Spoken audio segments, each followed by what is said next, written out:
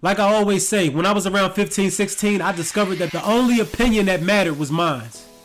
Because nobody else really genuinely understands your path. How can you tell me that I'm not going to make it or I'm not supposed to be where I'm going when I've made it through the rain? How can you tell me that I'm not supposed to make it when you don't know what I've been through or how many times I've been through it? You don't know my path, you don't know my story, but you're quick to jump up and judge me with your eyes, not with your heart. People have no consideration for the next person's path. They have no consideration for the next person's pain. They have no consideration for the next person's story until it reaches a peak or it's at a new height. Now you want to be a part of it. Then you want to jump on a train and say, oh, no, you criticized and critiqued that same person when they were going through the different challenges and obstacles that made them the person who they are today that you want to be a part of. That's why I try to live my life every day. I try to be less judgmental. I try not to judge.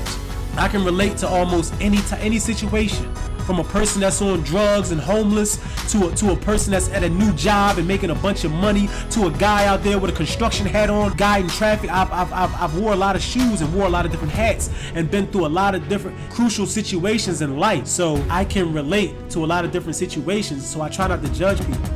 You have to have consideration and you have to be less judgmental. People are so judgmental. Ew, look at the way they did. Ew, look at her hair. Ew, look at him. How did you so judgmental? And it's the purest form of ignorance. One of the purest forms of ignorance is to just judge someone. You're not a judge. A judge is not supposed to judge. You get what I'm saying? No one's supposed to judge each other. You can't argue and make a fact out of something that's opinionated, like a food specialist or a fashion specialist. How can you specialize in fashion and say those shoes don't go with that dress because you're an expert on it when it's opinionated? The same thing that you say doesn't go and you don't like it and you hate it, 100 million other people might love it. So you can't judge somebody and say that what they're doing is wrong unless it's an obvious sin or a wrongdoing, bloodshed, disrespect, harm, causing harm. But if a person is just living their life and taking their own path and being a trailblazer, you can't tell them that they're wrong, weird, queer, ugly. You can't judge people like that. And 9 times out of 10, the same person that's trying to judge you for how you are is just a person that's just trying to fit in with everything else that's going on. You just trying to fit in. You trying to be like him, and her instead of being yourself. You're scared to be yourself, so you're hiding up under everyone else and you're going with the machine. That's weak. That's being a coward. And to anybody who's being affected by such circumstances, don't let anybody judge you or pull you down for just being yourself. Just be yourself. It's the easiest person to be. And anybody who's really on top of you and really trying to ride you about being you, 9.5 times out of 10, that person isn't their self. That person is trying to be someone else. You know, Jim Carrey said a powerful thing, man. He said, depression is when the body says it's tired of playing a character.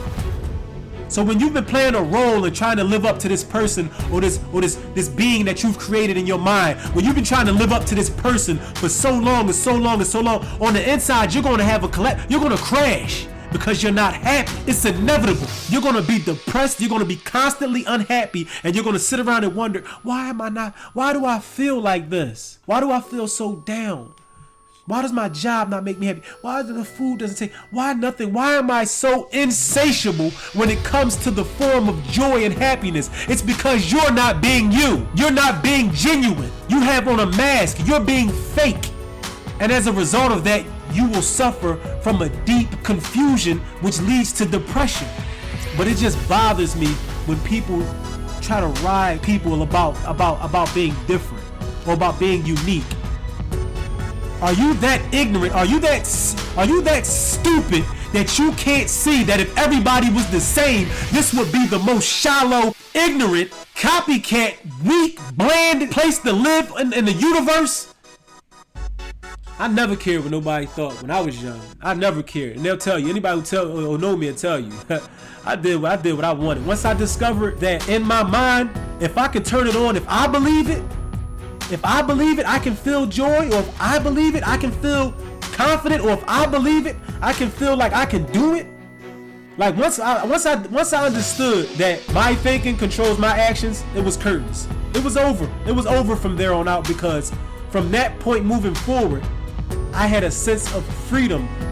Freedom from other people's opinions. Freedom from other people's scrutiny. Freedom from other people's critiques. And it hurts me sometimes. It works against me sometimes because I'm so against what everyone else says, and I trust my own point of views. I trust my own talent. I trust my own grind, and I trust me so much that I don't really let a lot of other people in. But I've been learning. I respect talent. Talent respects talent. I do, and I've been learning to really incorporate myself with other people and take that. But when you're growing up where I grew up, it's hard because everybody is rolling with the tide. Everyone's trying to be like each other, and they don't even know who that person is that they're trying to be, and everybody's following that and following it, and it creates this big ball of a fake illusion, an illusion of an in crowd, of a certain standard that's not real. So once I discovered that I could just do me, I did it. And you can ask anybody who knew me. I dyed my hair auburn. I did braids. I wore different shorts, clothes. I did what I wanted. You get what I'm saying? I did whatever I wanted to do. And till this day, I do what I want to do, especially if it's for the right reason. When you're doing something for the right reason, there's nothing on God's green earth that can stop you. If you know in your heart and in your mind and beyond a reasonable doubt that what you're doing is for the right thing or for a good cause, nothing can stop that. There's no amount of hate, there's no amount of criticism, there's no amount of anything that could stop you when you're on a positive mission. And I've always had a good heart, so my mission has always been, well, not always, because I did deviate from who I'm designed to be. But that being said, at my core, my heart has always been good. So you can't stop me when I'm on my mission. You can't stop me. You can't detour me. You can't distract me. You can't alter my mindset. You can't pit me against others. You can't do anything because my whole mission is to help, and I know I stand for a good cause. Anything outside of that is completely irrelevant. It's minute, it's small, it doesn't get any serious attention from me. And you should live your life the same way. If someone is not giving you compliments and encouragement and trying to be a solution to the problem, you don't need them around. You don't need them type of people. You don't need those type of people around you. Right now, today, I'm giving you full-fledged permission to walk away from anything and anybody that gives you negative vibes. Anybody who seems like they're gonna hold you back, you step off. Those type of people are called parachutes. They will hold you back and stop your traction from the direction you are trying to propel towards.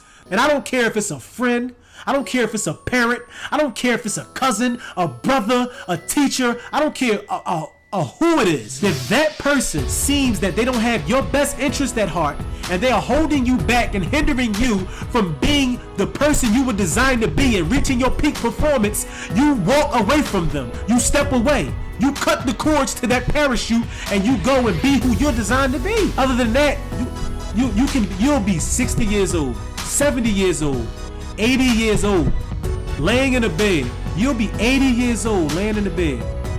And all you'll be able to think is, I've been held back. I spread myself so thin. I tried to live up to standards. I tried to move different for other people. I tried to talk different for other people. I tried to walk different for other people. And now I'm laying here on this bed and I'm dying alone. That is a sad vision to me. So all I'm asking is that you try to live your life less judgmental. It's going to be hard because there are things embedded in us that are beyond our fathomable imagination, beyond our minds. But you try to live less judgmental. Judgmental, it's almost like a form of bullying. Bullies are cowards. And at the same time, on the flip side, don't let other people's judgments of you affect how you operate. You keep your head up, you keep your mind on the goal, you keep your eyes on the prize. You always make sure you keep your vision on the big picture. Don't ever lose sight of the big picture, because at the end of the day, it's all that matters. Be your loving, nurturing, creative self that you were put here to be on earth. This was another segment of Personal Development with Marv Anthony. I love you. Till next time, Black Lions roar. Ah! Black Lions roar. Ah! Black Lions roar.